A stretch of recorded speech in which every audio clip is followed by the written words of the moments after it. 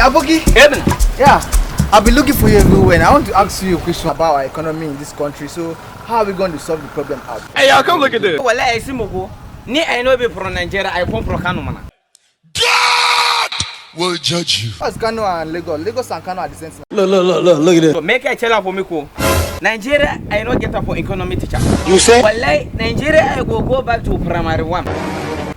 I go enter primary 6. No doubt about it. Well, from primary 6, I go enter them for just 1. From just 1, I go enter them for SS3, man. But that doesn't give you the right to be rude, please. I don't graduate from SS3 ko.